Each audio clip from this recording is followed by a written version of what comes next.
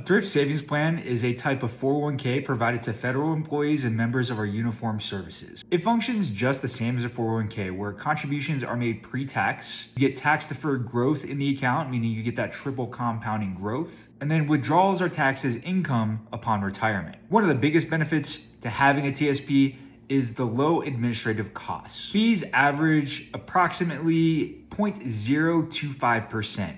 A regular 401k with a private company is usually 10 to 20 times that amount when it comes to fees. When you have a TSP account, you have 6 different funds to choose from in way of how you allocate the funds you have in that account. Now, 2 of the funds, the G fund and the F fund, are on the lower risk side of the category, whereas the other 4 funds, you have much higher levels of risk in them.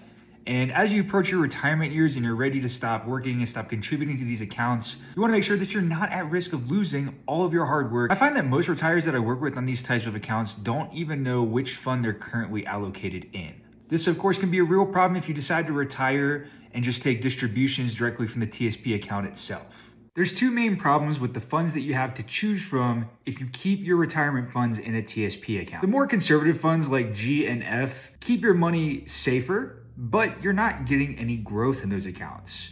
So it's really important once you retire that you get enough growth to keep up with inflation, which is on average about 4%.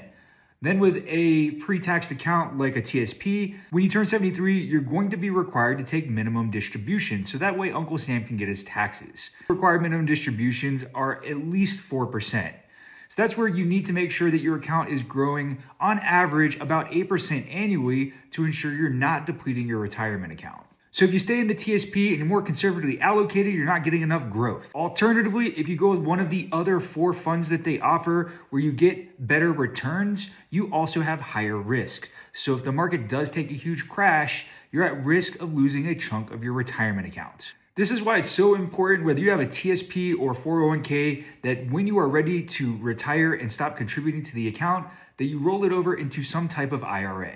If you have any questions about this topic, let me know in the comments below. If you got any value out of this video, hit like, hit subscribe, and I'll see you in the next one.